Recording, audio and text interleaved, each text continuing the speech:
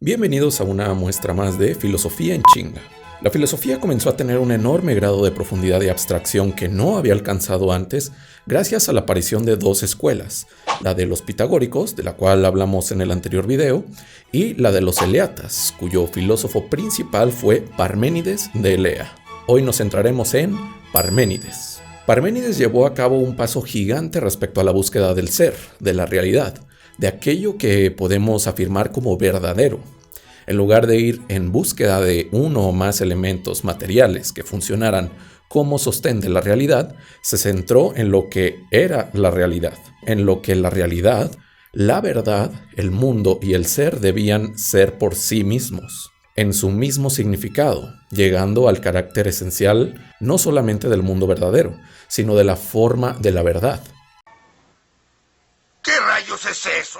Sí, sé que estas palabras marean, por eso decíamos que el grado de abstracción es mayúsculo en este momento de la historia de la filosofía. Pero antes de adentrarnos en el pensamiento de Parménides, debemos hablar de uno de sus antecedentes, Genófanes. Genófanes fue un pensador posterior a Pitágoras y anterior a Heráclito. Marcó fuertemente todo el pensamiento de Elea con sus reflexiones. Era crítico de la religión griega y de los dioses que describían los grandes poetas, como Homero y Hesíodo.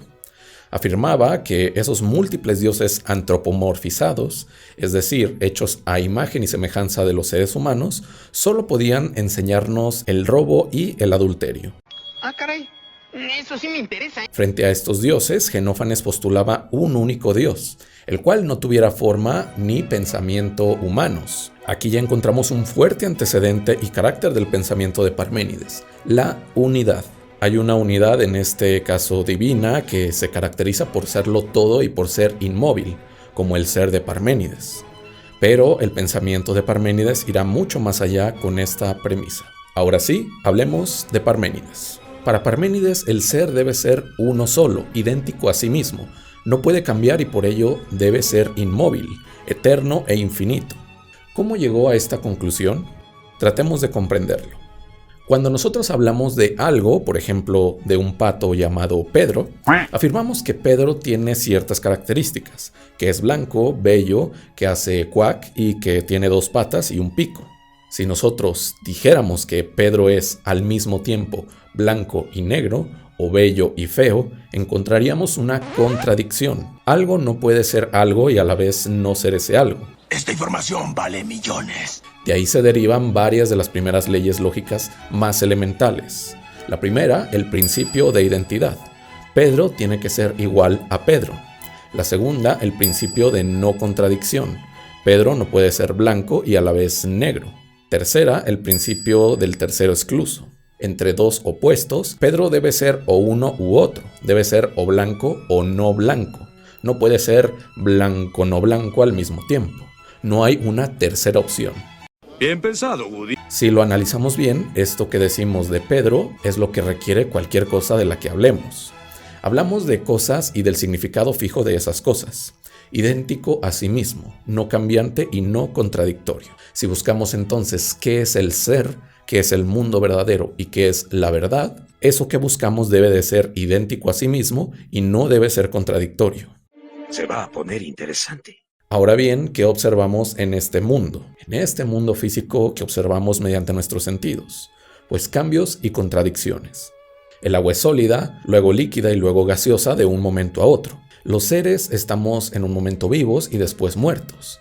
El Atlas nunca gana y de repente ya es campeón, gracias al cielo. Con un demonio, estás arruinando el ambiente. Todo pasa de un contrario a otro. Esto quiere decir que el mundo físico que observamos con nuestros sentidos no es verdadero, no es el ser que han buscado todos los presocráticos, no es la verdad.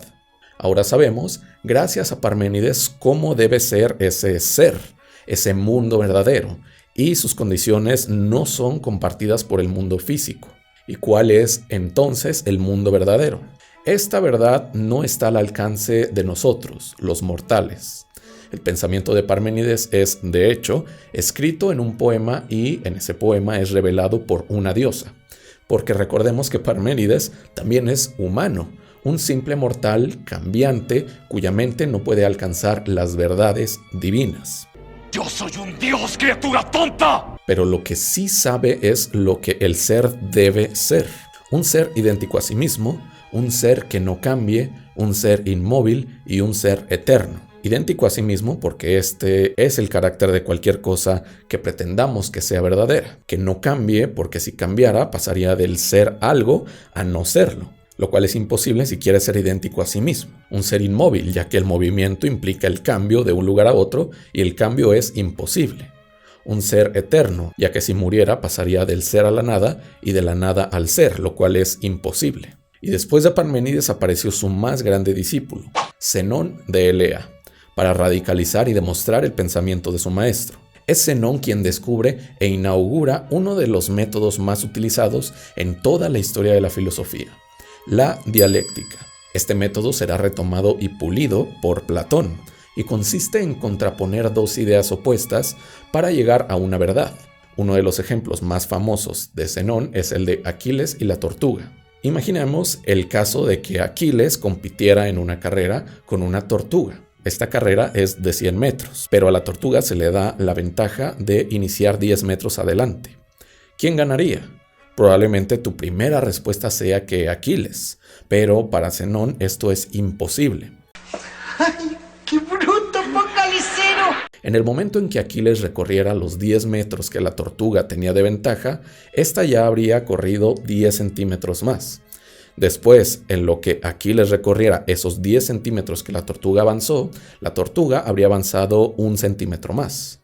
Después, en lo que Aquiles hubiera recorrido este centímetro más, la tortuga habría avanzado 50 milímetros.